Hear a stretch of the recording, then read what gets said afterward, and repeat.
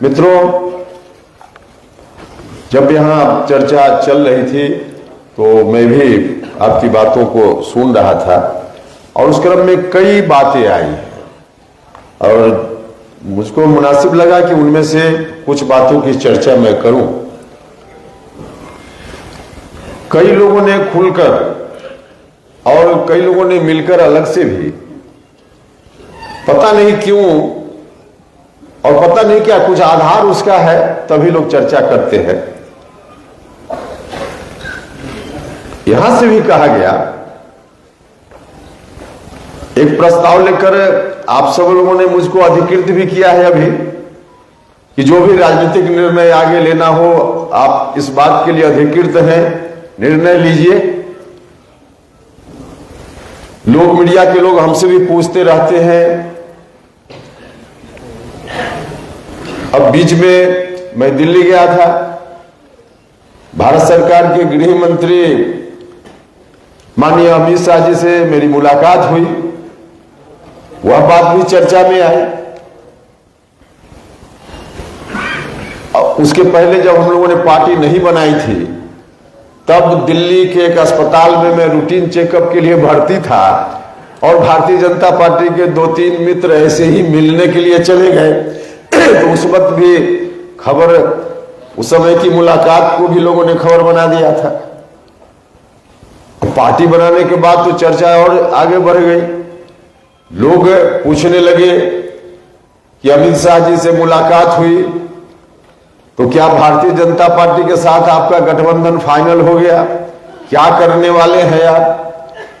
तो इस तरह के प्रश्नों का उत्तर जानने की जिज्ञासा लोगों के मन में रहती है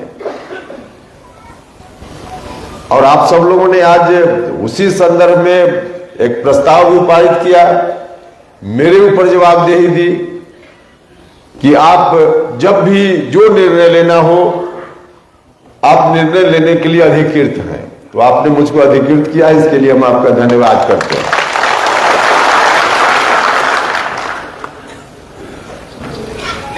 देखिए, निर्णय जब लेना होगा तब लेंगे।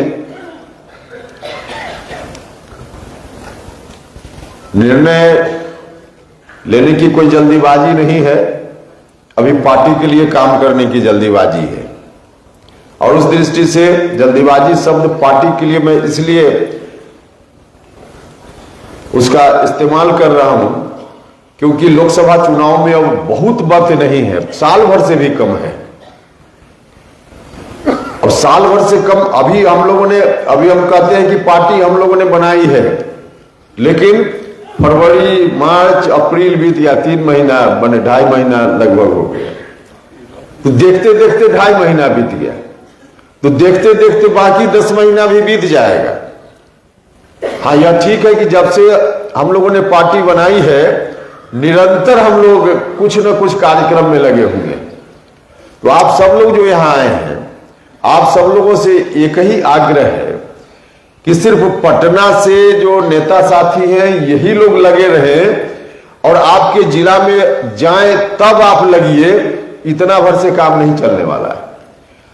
अब आप जहां भी हैं, अपने गांव में, घर में, जिला में, जहां भी हैं, जिस रूप में उसी रूप में 24 घंटा में आप अपना रोज का काम करने के बाद कम से कम 10 घंटा या 8 घंटा पार्टी के लिए रोज लगिए, तब जो आप चर्चा करते हैं वहां तक पार्टी पहुंच पाएगी। तो इस काम में लगना है। मैं कह रहा था कि एक सवाल जो लोग शंका व्यक्त करते रहते हैं और यहां से भी कल भी एक साथी ने कहा, मिलकर भी लोग कहते रहते हैं कि जो भी निर्णय होगा भविष्य में आप लीजिएगा, लेकिन पार्टी को फिर से कहीं विलय कर दीजिए, इस बात का निर्णय नहीं लीजिएगा। कल भी यह बात यहां से उठी है। हम तो पहला दिन बोलते हुए उस दिन भी हमने कहा था कि किस परिस्थिति में हमने निर्णय लिया।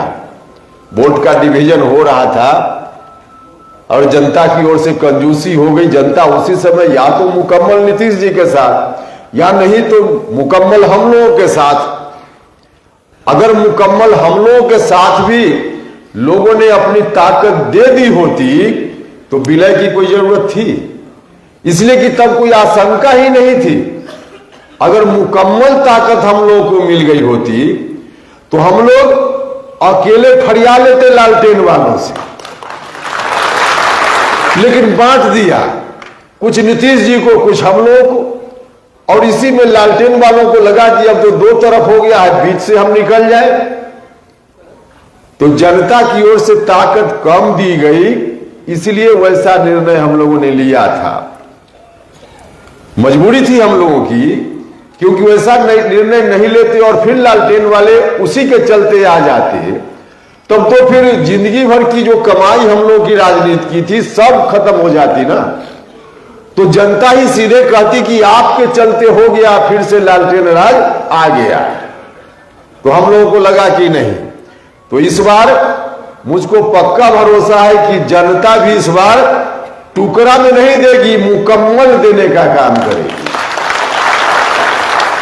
और मुकम्मल देगी तो कोई ऐसी परिस्थिति आएगी नहीं। लेकिन फिर भी कोई काल्पनिक सवाल ही करे कि अगर कभी किसी परिस्थिति में आप कह रहे हैं कि परिस्थिति आ गई इसलिए हमने पार्टी का विलय कर लिया, तो दूसरा सवाल उठ सकता है किसी के मन में कि फिर कभी वैसी परिस्थिति आ जाएगी तो फिर तो आप विलय करने की बात करने लगिएगा। भाइयों और मित्रों, कान खोलकर सुन लीजिए। जनता ने कंजूसी की तो परिस्थिति बन गई थी, तो पहली बार का मामला था, तो इसलिए उस मजबूरी के कारण हम लोगों ने विलय का फैसला लिया। आपके माध्यम से बिहार की जनता से भी हम अब कहना चाहते हैं कि आप मुकम्मल दीजिए। अब कोई सवाल नहीं उठता है उस तरह का, लेकिन हम आपसे कहना चाहते हैं कि जनता मालिक होती है, उनका निर्णय उनका। अगर कभी दोबारा वैसी परिस्थिति आ भी जाए तो उपेंद्र कुशवाहा इस जीवन में अब पार्टी के विलय के बारे में सोच भी नहीं सकते। अब उस वक्त तो हम लोगों को जनता को कहने के लिए भी होगा ना कि पहली बार तो आपने किया तो हम आपसे डर गए कि हमारे ऊपर आरोप ला दीजिएगा। अब हम क्यों डरेंगे? हमारे ऊपर आरोप भी अब जनता नहीं ला पाएगी वैसी परिस्थिति के बाद। और जब जनता आरोप नहीं ला पाएगी, क्योंकि हम लोग भी सचेत हैं, तो सवाल ही नहीं पैदा होता है। इसलिए हम फिर से इस बात को यहां दोहराना चाहते हैं, बार बार दोहराना चाहते कि वैसी परिस्थिति फिर आ भी गई, कोई और परिस्थिति किसी तरह की आ गई तो पार्टी का अस्तित्व रहेगा, पार्टी को विलीन करने का कोई सवाल पैदा ही नहीं होता। तो आज के बाद इस तरह की बात कहीं से भी आए तो आप लोग पूरी मजबूती से बताइएगा। अब कहीं से सवाल पैदा नहीं होता है। पार्टी बनी है तो पार्टी चलेगी, चाहे जितनी विपरीत परिस्थिति का सामना करना पड़े, चाहे जितनी कठिनाई में हम लोगों को जाना पड़े, हम लोग तमाम कठिनाइयों को झेल लेंगे, लेकिन पार्टी को बनाकर रखेंगे, पार्टी को मजबूती से आगे चलाने का काम करेंगे। भाइयों और मित्रों, कुछ लोग थोड़ा गलत दिशा में भी बहस को ले जाते हैं। कान खोलकर सुन लीजिए। पार्टी उपेंद्र कुशवाहा को मुख्यमंत्री बनाने के लिए नहीं बनी है, जरा ठीक से समझ लीजिएगा। उपेंद्र कुशवाहा अपने को मुख्यमंत्री की कुर्सी तक ले जाने की लड़ाई नहीं लड़ रहा है, वह तो नीतीश कुमार जी कर रहे थे। उपेंद्र कुशवाहा एक अन्य मार्ग में खुद पहुंचे, इसकी लड़ाई नहीं लड़ रहा है। उपेंद्र कुशवाहा एक अन्य मार्ग कैसे पहुंचा जाए उसके रास्ते का निर्माण कर रहा है। हम रास्ता बनाना चाहते हैं। हम लोगों ने समता पार्टी से लेकर जनता दल यूनाइटेड तक रास्ता बनाया था नीतीश जी के नेतृत्व में। रास्ता बना नीतीश जी, तमाम गरीब गुरबा लोगों ने मिलकर रास्ता बनाया तो आप मुख्यमंत्री की कुर्सी तक पहुंच गए। लेकिन जब आप मुख्यमंत्री की कुर्सी तक पहुंच गए तो दूसरा कोई उस रास्ते पर नहीं पहुंचे, इसलिए उस रास्ता को ही तबाह कर देने का काम, बर्बाद कर देने का काम नीतीश जी आपने किया। रास्ता रहता तो कोई पहुंचता, लेकिन रास्ता नीतीश जी ने, ठीक उसी तरह से नीतीश जी ने काम किया। जैसे कोई बच्चा दिन भर खेलता है, घरौंदा बनाता है और शाम में जब घर जाना होता है तो लात मारकर उसको तोड़ देता है कि कोई दूसरा बच्चा उसमें खेल न ले। अगर रहता रास्ता तो क्या जरूरत थी हम लोगों को नया रास्ता बनाने की? हम तो गए ही थे उनके साथ। लेकिन उस रास्ता को, उस सीढ़ी को ही नीतीश जी ने तोड़ दी, जिस सीढ़ी से कोई पहुंच सकता था, लेकिन उस सीढ़ी को नीतीश जी ने तोड़ दी। हम लोग उसी सीढ़ी का निर्माण करना चाहते हैं, हम रास्ता बनाना चाहते हैं। अकेले उपेंद्र कुशवाहा मुख्यमंत्री बन जाए और रास्ता न बन पाए, इसके लिए हमने पार्टी नहीं बनाई। हम रास्ता निर्माण के लिए हमने पार्टी बनाई। रास्ता रहेगा तो कोई पहुंचेगा। भाई और मित्रों, एक चर्चा और लोग करते रहते हैं, एक चर्चा और लोग करते रहते हैं कि अमुक जात का मुख्यमंत्री होना चाहिए और अमुक जात का मुख्यमंत्री हो ही नहीं सकता है। दोनों चर्चा होती है। अमुक जात का मुख्यमंत्री होना चाहिए, कुशवाहा जात का होना चाहिए, फलाने जात का होना चाहिए मुख्यमंत्री, लोग चर्चा करते रहते हैं। और इसी क्रम में बोल देते हैं कि अब भूमिहार मुख्यमंत्री हो ही नहीं सकता है, राजपूत मुख्यमंत्री हो ही नहीं सकता है, ब्राह्मण मुख्यमंत्री हो ही नहीं सकता है। यह गलत चर्चा है। दोनों चर्चा गलत है। जात देखकर मुख्यमंत्री बनाने का काम नहीं होना चाहिए, गलत चर्चा है। क्यों नहीं किसी समाज का मुख्यमंत्री कोई व्यक्ति हो जिसके अंदर पात्रता हो, योग्यता हो, जनता आशीर्वाद दे, तो किसी जात का कोई व्यक्ति मुख्यमंत्री बन सकता है। सिर्फ जात से कोई है और इसके चलते मुख्यमंत्री बन जाए, ऐसे डेमोक्रेसी चलता है क्या? और इस तरह से जनता का कल्याण हो सकता है क्या? नहीं हो सकता है। सिर्फ जात देखकर अगर बैठाने का काम हो, लालू यादव जी का बेटा ही क्यों मुख्यमंत्री बने?